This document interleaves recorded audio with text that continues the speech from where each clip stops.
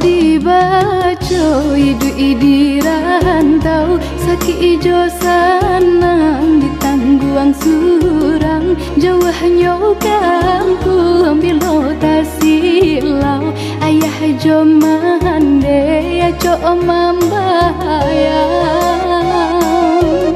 padahnya hidup jadi pamenan antah apabila nasib berubah eloklah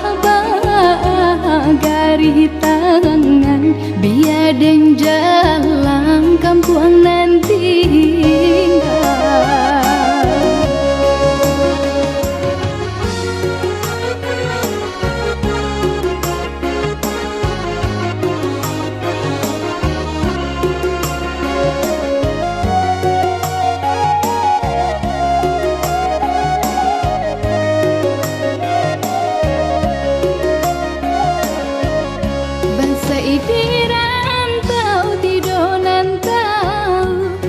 di kampung makan hati Allah dan buang rasa malu asalkan dapat sesuatu nasi.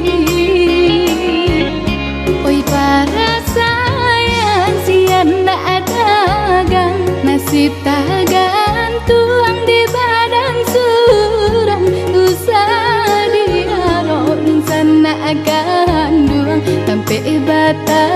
dua coba lindung.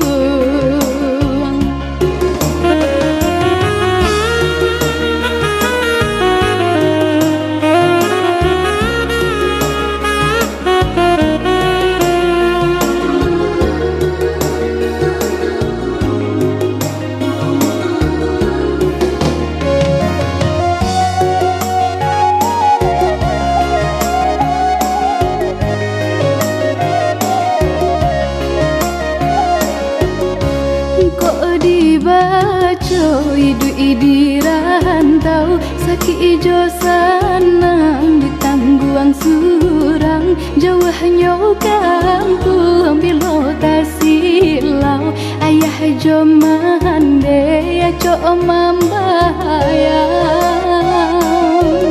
padahnya hidup jadi pamenan antah apabila nasib berubah eloklah bagari tangan biar den jalan kampung nanti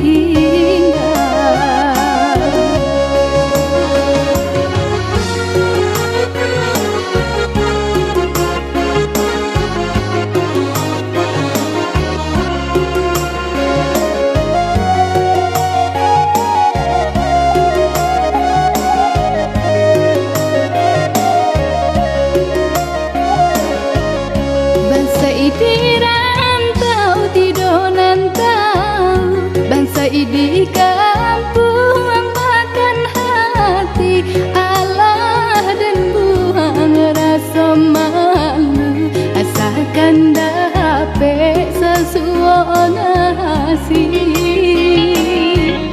Oi para sayang sian nak dagang nasib tak gantung di badan surang usah diarok sana kandung sampai bata